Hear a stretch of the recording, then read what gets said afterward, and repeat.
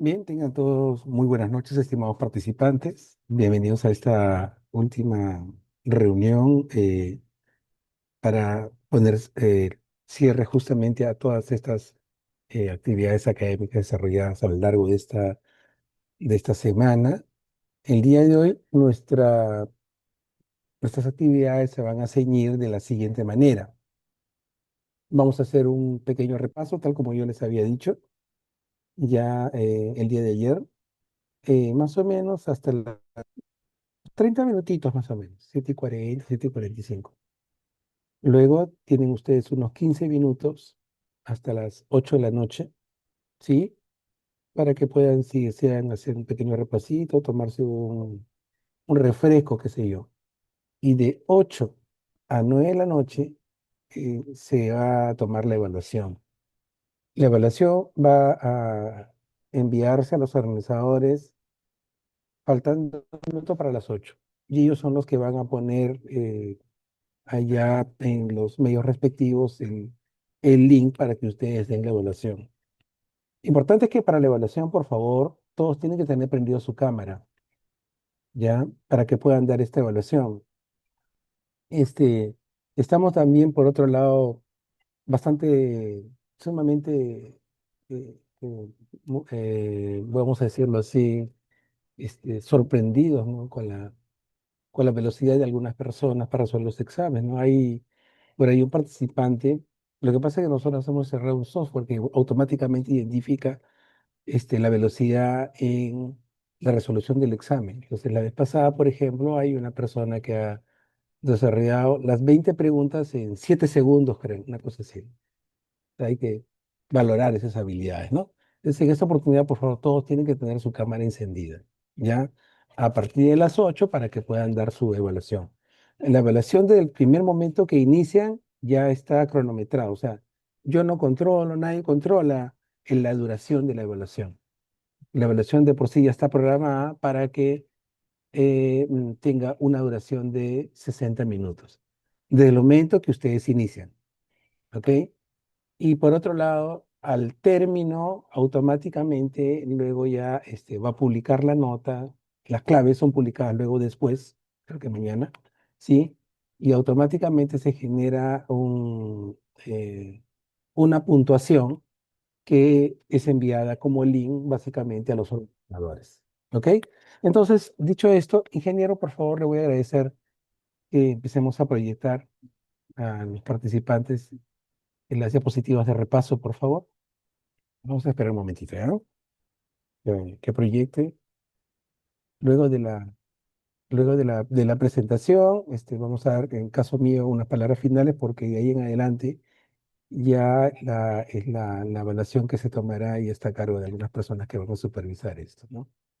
Bueno, recuerden que esto es solamente un repaso y además de repaso, ya quería agregar unas diapositivas adicionales para hablar un poquitito más acerca de, este es un tema bien bonito y bien interesante de todo lo que hemos hablado en esos días, para ampliar un poquitito acerca de algunas características biológicas del zancudo y poder entender todavía mucho mejor cómo es que se desarrolla todo este cuadro. A ver, ya sabemos entonces que el dengue no es una enfermedad bacteriana, no tiene sentido la administración de antibióticos.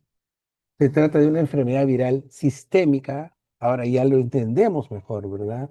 Porque compromete una serie de aparatos más, correcto, y hemos visto que compromete, por ejemplo, corazón, pulmón, riñón, el propio cerebro, el sistema hematológico, eh, una serie de órganos, ¿verdad? Es dinámica porque en pocos días el paciente hace fiebre, luego cae y el paciente se comienza a poner peor. Ya, recuerden esto, sobre todo para la evaluación, ¿no? No, porque lo tenemos que saber, ¿no? Y es potencialmente fatal, es potencialmente fatal, ¿no? Transmitido por la picadura del zancudo del mosquito Aedes aegypti, la hembra es la que genera justamente esto. Siguiente, por favor. Siguiente, esto la pasamos, por favor. La pasamos. Ahí, ahí. Bueno, la anterior, bueno, sabemos que hay 4 serotipos de dengue en el mundo, ¿verdad? que van desde el DEM 1, 2, 3 y 4. En el Perú, hasta el momento, solo se han identificado, perdón, tres serotipos, el uno, el 2 y el 3, siendo de ellos el 3 el más agresivo, ¿correcto? Recuerden también eso, por favor. Ya, entonces recuerden que de los, ahora sí está, ya.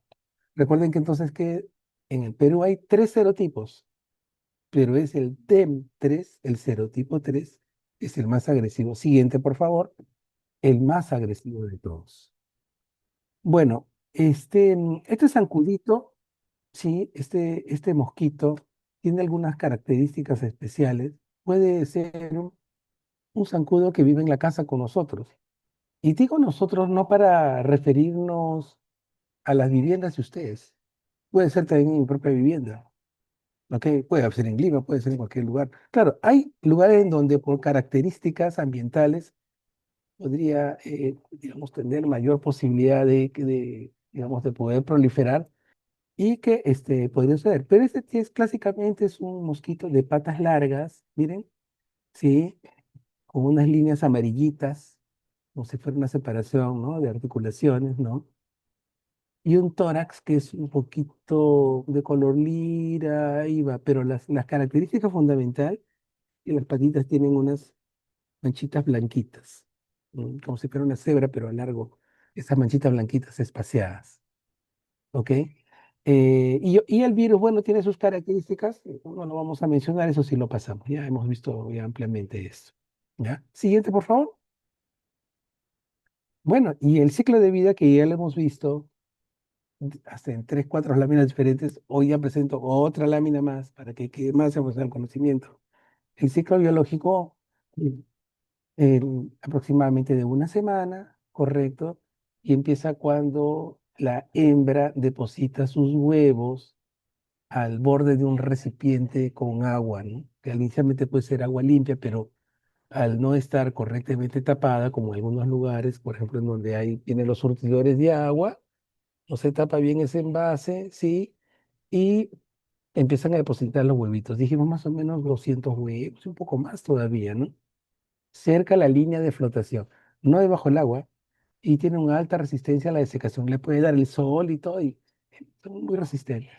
Posteriormente, estos huevitos se revientan, al agua caen las larvas, se desarrolla esta etapa acuática. Los huevitos no son de estadiaje acuático, no, están al borde, fuera.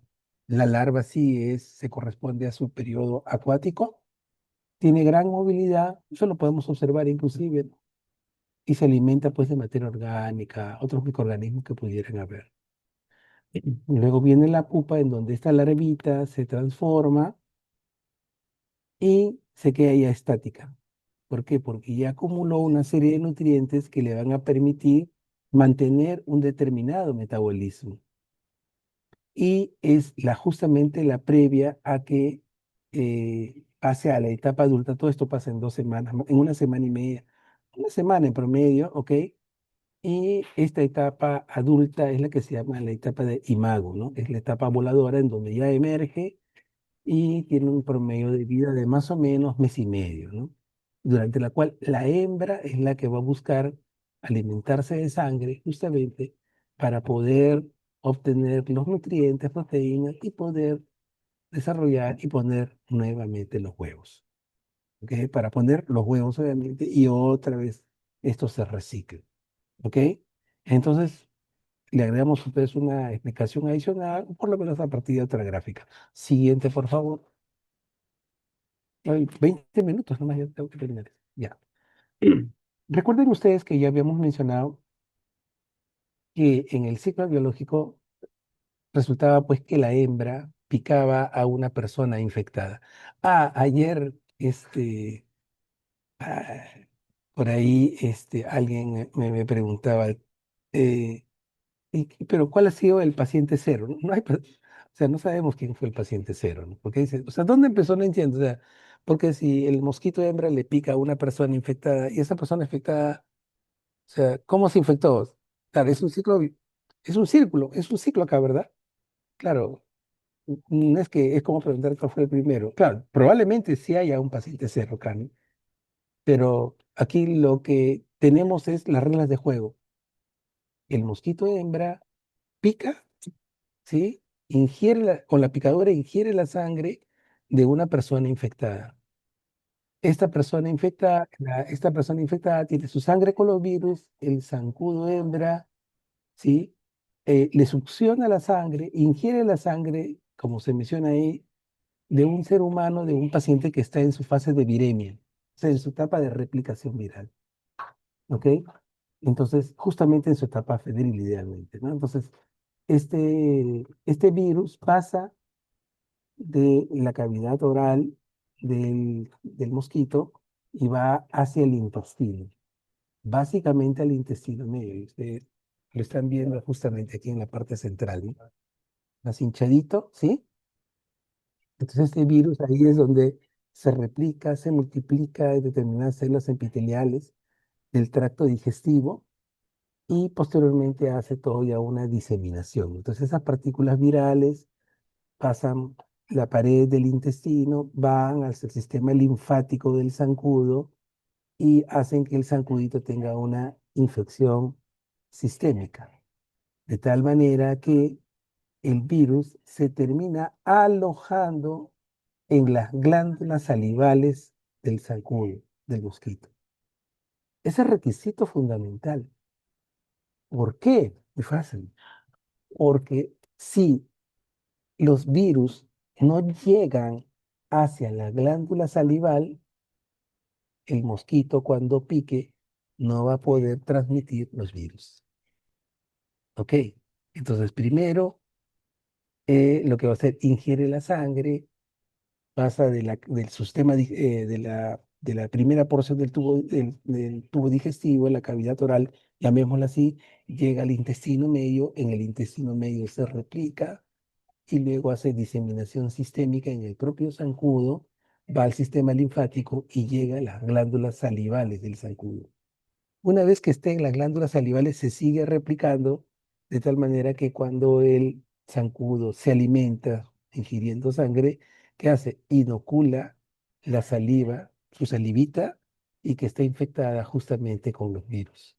Es decir, que el zancudo inocula saliva, no solamente ingiere la sangre, sino, o sea, inocula la saliva, como tener la aplicación de un inyectable, inocula la saliva con estos virus, de tal manera que de esta manera el paciente se termina contagiando, el nuevo paciente.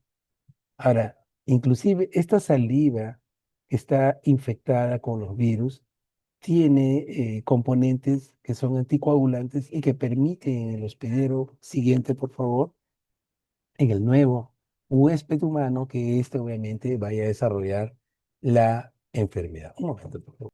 Entonces, tenemos entonces aquí que hay una dinámica justamente en toda este proceso de contaminación de este huésped de este vector, perdón, hacia el hospedero, que es el ser humano. Más o menos la condición óptima que permite toda esta incubación desde el momento, en toda esta etapa vectorial, sí, es aproximadamente de 25 grados en promedio, pero una vez superado este periodo, como se menciona, el mosquito permanece infectante durante más o menos mes y medio, aproximadamente. Siguiente, por favor. Siguiente. Muy bien. Esta transmisión es vertical y es mecánica. Y acá hay un gráfico bien bonito. Miren, acá el mosquito está poniendo sus huevitos. Esta hembra, recuerden que está infectada y puede transmitir. Ojo, recuerden, esta hembra, este mosquito hembra, ¿qué hace? Si bien es cierto, tiene el virus, pero la pregunta es, ¿cómo así lo contagia? Bueno, el, los virus también infectan directamente a los huevos de la hembra. Recuerden que este mosquito hembra tiene el virus. Este virus le ha sido diseminado sistémicamente a través del sistema linfático que tiene. Está en el intestino medio, está en las glándulas salivares y también está en su aparato reproductor, de tal manera de que cada huevito que empieza a formar antes de ser expulsado ya contiene el virus. De tal manera que estas nuevas generaciones, como bien lo dice, de mosquito, inclusive ya nacen portando el virus. Ya entonces hay una transmisión directa, vertical, del zancudo a su propia cría. Entonces, este es otro mecanismo que ahora puedo explicarlo todavía un poquito mejor, de tal manera que en este caso, este zancudo termina siendo el reservorio ambiental natural, inclusive en ausencia de seres humanos que estén infectados, porque ya le transmite a sus generaciones justamente el virus, ¿no? Esa es la transmisión transovárica en el propio zancudo. El otro mecanismo es la transmisión mecánica, ¿no? En este caso, pues el zancudo hembra de la Aedes, este, ¿qué hace? Inocula a través de la picadura a un ser humano, este vuela hacia otro huésped y así sucesivamente, ¿no? Entonces, un zancudo, miren, puede en una noche infectar a varios miembros, es más, puede infectar a varios miembros de toda una familia, uno solo en la noche, ¿no? Siguiente, por favor. Esto ya lo hemos explicado. Recuerden ustedes que ya cuando tenemos esta proteína, la NS1, ingresa al torrente sanguíneo, ok, ya del ser humano. Esto provoca, ya lo dijimos en su momento varias veces, todas las reuniones creo que lo hemos dicho, provoca una respuesta del sistema endotelial, se producen una serie de sustancias, la tormenta de interleuquinas, también conocida de esa manera, y esto genera por una alteración en la permeabilidad endotelial y se produce esta etapa. Ya pasamos a la etapa de la defervescencia, ¿verdad? Donde se produce justamente la fuga plasmática y la salida y la extravasación de líquidos de la sangre. Por lo tanto, al haber menos líquidos, la sangre que está al interior del vaso sanguíneo se hemoconcentra. ¿Correcto? Siguiente, por favor. Siguiente, por favor. Obviamente hay una serie en la anterior, una serie de determinantes climáticos, ¿no? Por ejemplo, hay catalizadores térmicos, ¿no? La variación térmica es la que permite que justamente el ciclo biológico del vector inclusive pueda verse acelerado un poco y la replicación viral va a ser inclusive más rápida. Entonces, la temperatura ambiental puede generar que si en promedio en un país, por ejemplo, era de 10, 12 días, tal vez si las condiciones climáticas con temperaturas que pueden estar variables de 30 grados aproximadamente o más inclusive, esto puede generar que el ciclo biológico se acorte y ya no sea 10, 14, 15 días, sino sea de 7 días, inclusive, 7, 8 días. Entonces, la replicación es inclusive más rápida, como se menciona ahí, se reduce el tiempo, el ciclo biológico y obviamente la posibilidad de mayor infección va a ser catastrófica para una población, ¿no? Por ejemplo, como sabemos, el fenómeno del niño este, genera toda esta precipitación anómala de lluvias, se acumula el agua y con todas las consecuencias que podamos imaginar, ¿no? De tal manera que se termina multiplicando exponencialmente pues la creación, los espacios en donde puede crecer justamente naturalmente el virus a partir de la puesta de los huevecitos de los zancudos, de manera natural y también los artificiales por acumulación de agua. Entonces la pregunta cae redondita. Este fenómeno del niño que está afectando al Perú y todos esos cambios climáticos, el incremento de lluvias, está más que cantado que va a suceder, van a generar probablemente un incremento de los casos, sí. Claro que sí. Siguiente, por favor. Claro que sí, por supuesto. De tal manera de que, por ejemplo, en las viviendas, ¿no? La propia infraestructura de las viviendas, ¿no? Terminamos teniéndoselo prácticamente, pues, cantadito y diciéndole un poco más al zancudo que venga, pues, de sus huevitos, ¿no? En casa, a veces no le tomamos importancia y tenemos prácticamente una serie de depósitos de agua, ¿no? Desde tanques de agua, olla. empaques,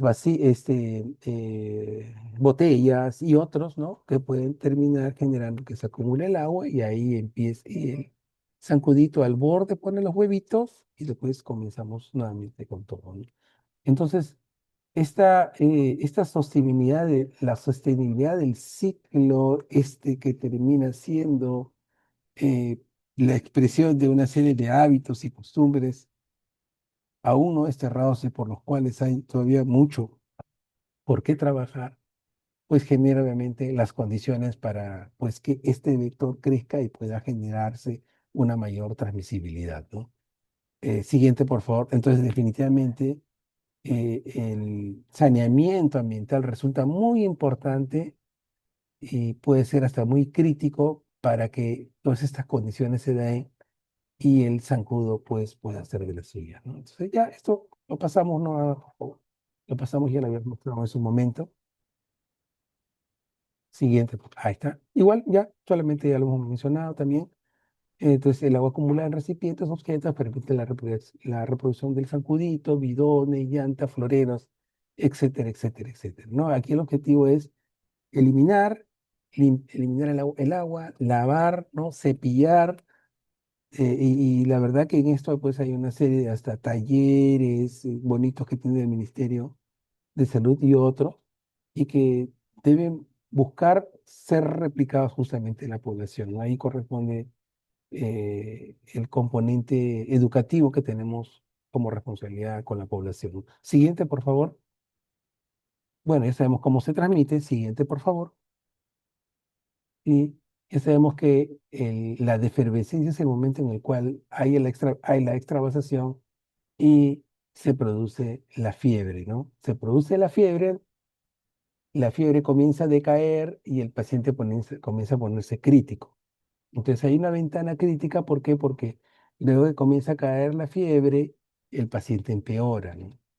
Empeora y puede hacer la condición de shock, inclusive hipovolémico. Siguiente, por favor. Bueno, eso también ha sido ya, estas son diapositivas ya presentadas de aquí en adelante.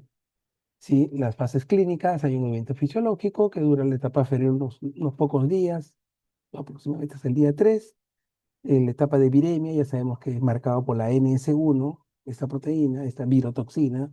La etapa crítica de 3 a 7 días, donde puede haber el shock hipovolémico, la fuga plasmática, el edema marcado en una serie de órganos ya explicados. La, y posteriormente, si va todo ok, hay digamos, una respuesta adecuada del organismo, probablemente el paciente pueda pasar digamos, parece, a una etapa de recuperación. Siguiente, por favor. Bueno, esto también, de acuerdo a la clasificación de la OMS, hay grupos identificados, ¿no? Son 4 grupos básicamente, el A, el B1, B2 y el C. Recuerden, el A es el de manejo ambulatorio, el B1, el A y el B1 es el dengue sin signos de alarma, ¿verdad? Pero la diferencia entre el primero y el segundo es que el A es el paciente que puede presentar fiebre, tiene una que otra sintomatología, pero el B1 es el que ya tiene otras características que obligan a un manejo transitorio, puede ser preventivamente, porque puede hacer que pase a la condición de B2, ¿no? Es decir, con signos de alarma, ¿no? Y ahí sí cambia la cosa, ¿no? Si no tenemos la infraestructura, bueno, enviarlo a su casa, pero estar muy atento a los signos de alarma porque ese paciente se puede complicar posteriormente, ¿no? Y en los del grupo 2 sí son los pacientes con dengue con signos de alarma, ¿no? Monitoreo estricto, como se mencionó. Ese paciente sí, hospitalización obligatoria. Creo que está en una producción examen, ya no recuerdo. El examen ya se ha hecho desde el día de ayer, ya lo teníamos listo inclusive. Eh, pero definitivamente estos son pacientes que sí tienen que estar hospitalizados, ¿no? Los del grupo C son los del dengue grave que terminan en una UCI, complicaciones siguiente, por favor, potencialmente mortales, ¿no? Entonces hay un punto de inflexión, ¿no? Los signos de alarma, como se mencionó, duodécima vez creo que se dice, aparecen sobre todo cuando cae la fiebre. Representan la fuga capilar. representan la extravasación, representan la hemoconcentración, representan el derrame pleural, representan el derrame pericárdico.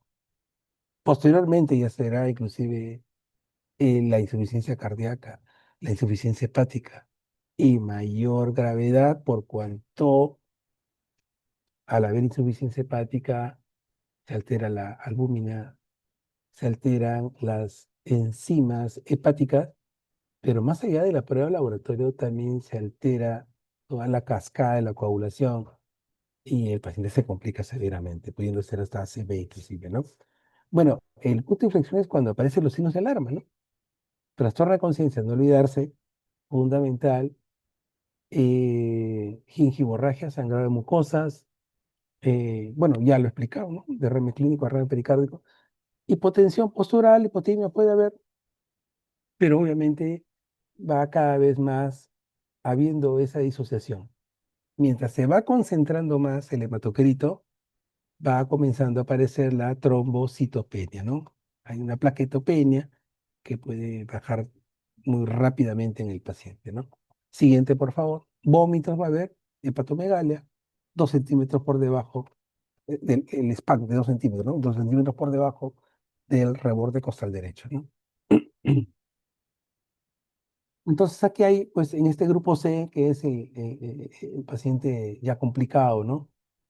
Hay la extravasación grave del plasma, se produce una salida masiva del plasma, entonces hay sangrado, obviamente, ¿no? Y daño de órganos graves, ¿no? Básicamente hígado, corazón, injuria renal, sí o sí se va a presentar, ¿no? Obviamente también porque no solo se altera en la filtración glomerular, sino que el paciente al recibir menos líquido, pues no va a formar orina. Y por lo tanto, al no formar orina, el paciente sí termina siendo desde la oliguria y termina la anuria y llega al fracaso renal y el paciente dematizado. Además, otro hecho fundamental. Recuerden que el siguiente, por favor, que el riñón es un órgano detoxificante. Entonces, si a través de la orina se eliminan, se expulsan las orinas que son perdón, las toxinas que son hidrosolubles, la pregunta será, ¿qué pasa si el paciente no orina? Y esas toxinas, exacto, esas toxinas se reabsorben y el paciente va a hacer sí o sí encefalopatía y por lo tanto mayor trastorno de conciencia. Por eso es que el paciente sí o sí tiene que orinar. Ya ahí va pues el tema del manejo de los diuréticos, ¿no? Nuevamente, hay algunas diferencias clínicas entre el dengue y otras patologías. Característica fundamental del dengue ya mencionada. Oye, estoy volando, claro, tengo que terminar en 5 minutos, estoy volando. El dengue, ¿no? Va, fiebre alta, y hemos dicho, característica con dolor muscular severo, el dolor retroocular, ¿no? La parte de la laboratorio ya la sabemos, ¿no? A la perfección, ¿verdad? Leucopenia, plaquetopenia, hemoconcentración, ¿verdad? Por la fuga capilar. En el Zika, no, en el Zika hay, pues, había un exantema maculopapilar. La imagen está muy bonita, tal cual, ya muy pruriginosa. A veces se confunde mucho con la conjuntivitis no purulenta y febrícula. La chikungunya, que es el que probablemente se puede aproximar más al dengue, ¿no? Dengue, Zika y chikungunya, ¿no? Y la chikungunya básicamente es por la artralgia, ¿no? Muy severa y básicamente eso es lo más importante ahí, ¿no? Estamos hablando sin pruebas de laboratorio hasta ahorita prácticamente. ¿Ya? En la malaria, la fiebre es intermitente, en el dengue no. En el dengue son 3, 5 días. Paciente que ya hemos dicho, que sospechemos dengue de 7 10 días, de 10 días de fiebre, eso es de dengue definitivamente, ¿no? Leptospirosis, las miajas severas. La semana pasada vimos un casito de leptospirosis. Y en el COVID-19, básicamente, las manifestaciones del tracto respiratorio, ¿no? Siguiente, por favor, acompañadas de alteración de la gustación, de la olfacción, por ejemplo. La parte de laboratorio, dijimos que en su momento la epidemia es la que va a estar marcada básicamente por el incremento de la NS1, entonces ahí es donde podemos utilizar las pruebas antigénicas como ELISA y otros para detección del NS1, ¿no? Pero la prueba dual también ya se ha mencionado en su momento, ¿no? Y la IgM es la que comienza a aparecer inicialmente, ¿no? luego comienza a decrecer en la primera infección y la IgG es la que comienza a expresarse, ¿no? En esta fase 2, la fase convaleciente, cuando es mayor básicamente a 5 días. En cambio, cuando se trata de una infección secundaria, la IgG aumenta desde los primeros días, precozmente, y se dispara, ¿no? Se dispara y ahí se queda, desde los primeros días hasta arribita. En la infección secundaria, repito, la IgG desde los primeros días ya está disparándose y ahí prácticamente hace una meseta, ¿no? Hay un poco la diferencia. Siguiente, por favor. Aceleremos un poquito, ingeniero. Ya, perfecto. Bueno, esto es el algoritmo de los primeros pacientes con sospecha clínica, menores de 5 días de evolución. Se solicita un ELISA y ahí tenemos, ¿no? Si es positivo, caso confirmado, ¿no? Si es negativo, no descartamos dengue, a lo mejor la clínica nos orienta de otra manera, solicitamos IgM. Si es reactivo, confirmado, ¿no? Siguiente, por favor. Si es no reactivo, se repite la prueba. En cambio, si es más de 5 días, buscamos anticuerpos, las inmunoglobulinas, ¿correcto? Este es un paciente que ya tiene más de 5 días, entonces aquí recuerden que la NS1 ya no está. La NS1 para y luego cae, ¿no? Porque el paciente ya no tiene fiebre. Ahí se solicita ELISA para IgM. Si es positivo, caso confirmado. Si es negativo, pero tiene menos de 10 días, se puede volver puede ser que sea un falso negativo. Se solicita una segunda muestra, ¿no? Si tiene más de 10 días y el paciente se puede buscar también otras patologías, ¿no? Siguiente, por favor. Siguiente. Uy, ya estamos volando. Ya, definición de cada sospechoso. Ya lo dijimos. Fiebre aguda, 5 días promedio. Residencia en zonas endémicas. Y la clínica y agregado dos o más síntomas, dos o más características en las manifestaciones clínicas. Puede ser náuseas, puede ser dolor articular, leucopenia, petequia, cefalea, etcétera, etcétera, etcétera. En los pacientes pediátricos, menores de 5 años, en zonas endémicas, fiebre aguda, puede haber si foco aparente y hay que sospecharlo. Hasta que sea zona endémica y hay que pensar de otra manera. Siguiente, por favor. Siguiente. Bueno, esto ya lo dijimos. Grupo A, grupo B, grupo y grupo C, ¿no? Recuerden que el B1 es el punto de inflexión, ¿ya? No se olviden eso. El A para su casita, el B, bueno, observación, el B1, ¿no? Pero el B2 se queda, y el C, bueno, tiene que quedar la UCI, ¿no? Pero el B1 es el punto de inflexión, ¿no? Este es el que, si no tenemos recursos, la mandamos a su casa, pero hay que estar muy atento, ¿no? Sobre todo, indicarle la hidratación vía oral, endovenosa, no, mejor que sea en hospital, ¿no? Siguiente, por favor.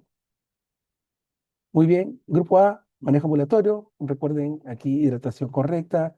No se trata de tomar la sal de hidratación oral como gaseosa, ¿no? No.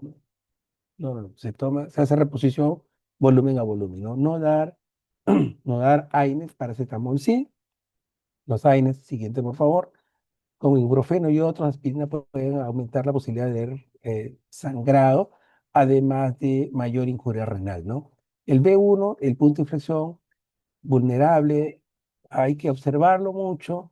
¿Por qué? Porque se trata de pacientes que pueden tener mayor vulnerabilidad. Bueno, el tema social ya lo comentamos también, eso también este es un repasito nada más, ya tenemos que terminar. Básicamente porque consideramos como una condición esencial gestantes, pacientes diabéticos, pacientes hipertensos, pacientes con obesidad mórbida, pacientes asmáticos, los extremos de la vida. Entonces, esta condición puede generar que el B1 vaya hacia el B2. Siguiente, por favor. Siguiente, ingeniero. Ya, perfecto. El paciente va a la gravedad, básicamente ya sabemos por qué. Ya se está volviendo. En esta sesión hasta ahorita es la tercera vez que voy a decir. Básicamente porque hay mayor extravasación. La extravasación condiciona la gravedad del paciente, ¿no? Siguiente, por favor. Muy bien. En el B2, hidratación endovenosa sí o sí, hospitalización inmediata, fluidoterapia, y se empieza con cristaloides isotónicos, correcto, y ahí reevaluamos, ¿no? Si mejora la hemodinamia y baja el hematocrito. Siguiente, por favor. Y en el paciente del grupo C manejo el dengue grave y paciente con choque, ¿no? El choque se da porque hay extravasación de plasma y lógicamente se concentra, hay hemorragias severas en diferentes órganos y sistemas. Probablemente esto requiere qué cosa, no solo una hidratación endovenosa, sino es que si el paciente no me responde a cargas de cristaloides, podemos hacer uso básicamente ya de los coloides, como por ejemplo el albúmina, ¿no? Siguiente, por favor. Recordar que las transfusiones sanguíneas solamente se hacen inicialmente a partir del paquete globular, no de la unidad total de sangre. ¿Correcto? Siguiente, por favor, ya se ha mencionado esto. Sí, criterio de alta hospitalaria, paciente que en simultáneo debe cumplir lo que aquí se menciona. Primero, ausencia de fiebre, 2 días, sin antipirético.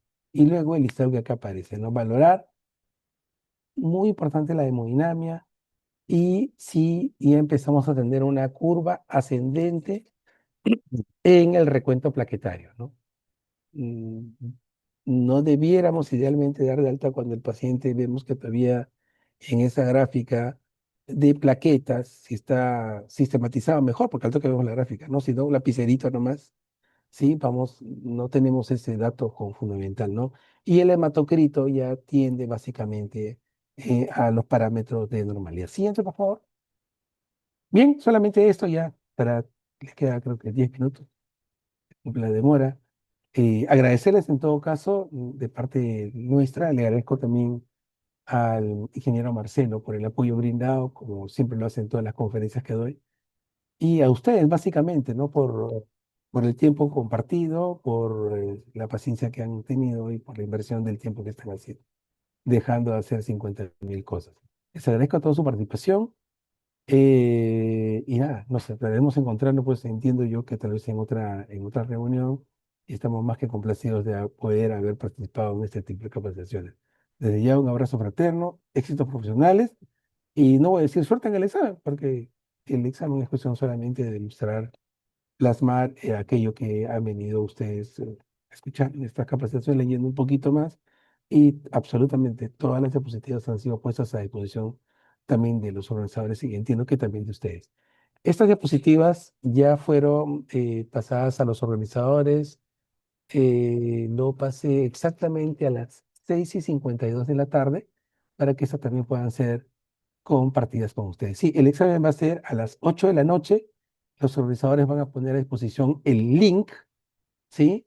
Y recuerden que una vez dado el clic, el examen automáticamente corre el reloj de 60 minutos.